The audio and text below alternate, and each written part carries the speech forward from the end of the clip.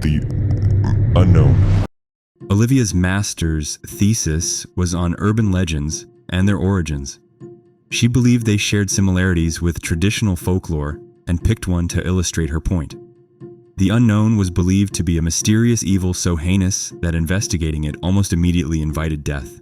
At least that was how the story went. And there were many stories. One story was of a woman in Greenville who disappeared without a trace on stage in front of a room full of witnesses. Her friend disappeared weeks later while trying to investigate what happened. The police were stumped. They had no clues or leads, and that mystery created the perfect storm for amplifying and spreading an urban legend. Instead of going back home for spring break, Olivia headed to Greenville to investigate. She drove to the second cheapest motel in town and began to set up in a small room that smelled of cigarette smoke, mold, and booze. She turned one wall into a kind of evidence board. She taped up articles and various theories on similar disappearances attributed to the unknown throughout the country. She made connections with red string and yellow thumbtacks. Anyone walking into the motel room would think she had lost her mind. There were many theories as to the unknown's origin. Some said it was a malevolent entity conjured long ago by an ancient cult. Others believed it to be an alien that escaped from Area 51.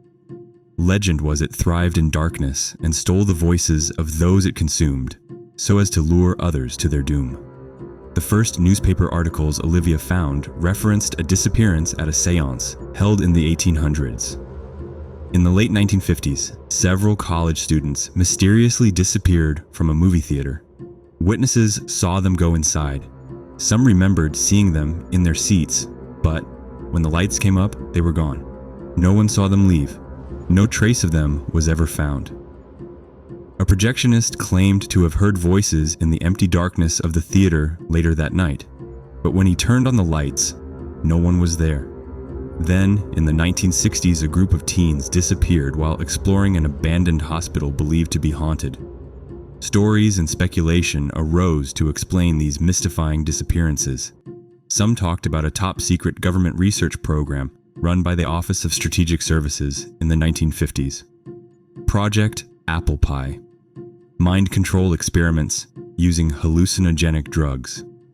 Most of the records were destroyed in the 70s, but witnesses claim that experiments were performed on unsuspecting civilians in various settings and locations throughout the country, including movie theaters, hospitals, and universities. Many believed these unethical experiments opened doorways to other dimensions, which allowed evil things to enter the world. Olivia wrote observations to pin to her evidence board. The unknown dwells in darkness and can mimic its victims. Was it an evil entity? An extraterrestrial? A failed government experiment? Or just a garden-variety serial killer, allergic to publicity? She wanted to prove the unknown was nothing more than modern-day folklore. And that investigation led here to this night, to this place, to this shabby motel room. Yet she couldn't help but notice that the disappearances in Greenville included one detail the other stories didn't: the fog. And she half remembered another urban legend with a thick, unnatural fog that somehow made people disappear. Maybe, she mused, the Greenville disappearances didn't relate to the unknown, but some other darkness. For a moment, Olivia wondered what would happen if one urban legend encountered another.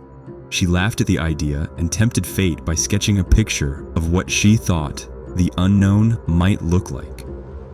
Then she pinned the sketch right in the middle of her evidence board, laughed nervously, and waited to be consumed by the unknown for having tried to define it.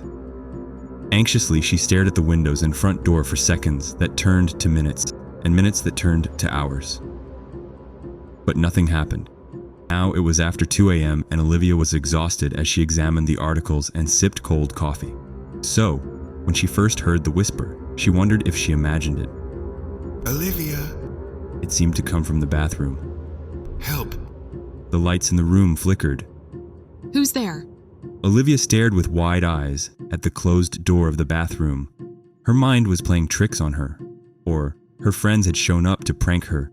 Ariella? Sean? Stop messing around. The lights continued to flicker as she edged closer to the bathroom. Fear spread in long waves through her, and a terrible realization bloomed within her that the unknown was behind the bathroom door, was preparing to make her pay for her hubris. Something began to whisper her name again, but then the voice rose, cracked, and distorted in sudden panic as if the brooding creature behind the door were under attack. An unknown horror filled Olivia's heart and left room for nothing else. She breathed deeply as cold sweat beaded on her forehead. She placed her hand on the doorknob.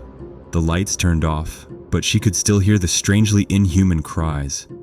Then the lights turned back on, and she could see a strange black fog seeping through the bottom of the door. Hesitantly, Olivia creaked the door open to see a bulky shape with frenzied tentacles being pulled into a thick mass of fog, vanishing slowly into the darkness like a dying shadow.